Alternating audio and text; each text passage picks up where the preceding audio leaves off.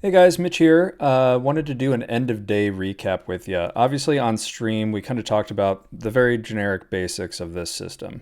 If you know where market makers are positioned and you know whether they're buying or selling futures, you tend to have a map on the day.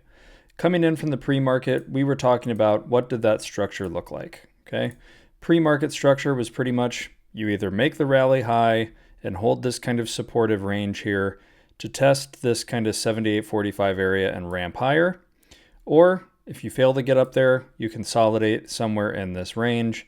And maybe if you get some really strong selling, can you do anything down here where there was maybe some thinner to negative positioning?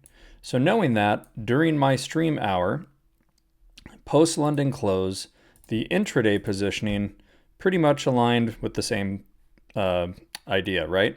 Unless you're flirting under this kind of key balance and really selling strongly to activate anything lower, you're pretty much stuck inside of this range. It was looking during the stream like we were probably going to point back down towards this kind of balance, but I mentioned why I wasn't really excited about any particular trade. My stream started right here at this candle and ended right about here when we were kind of testing lower.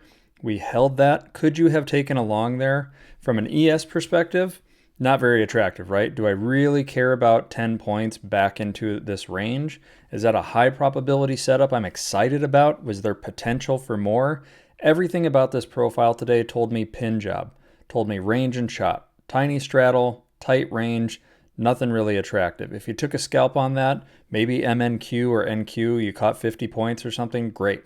But overall, to me, this is an afternoon where I was so happy to not be trading actively. Nothing about this looked attractive. Nothing about the profile or the edge that I have told me there was something to chase. This told me sit on your hands or walk away.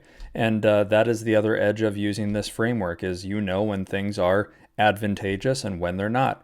So another thing you could have looked at here was where do things kind of point you back to from that balance? Again, everything was pointing you into the middle. If you weren't higher on the day, you were finding a spot to get pinned. The only thing that was going to get us somewhere is if the broader market, the flow, the active flow in the market said we are moving, we're going to go somewhere. And how do the market makers react to either assist that move or resist that move? And today they resisted both directions and helped nobody. So as far as the afternoon goes, pretty straightforward.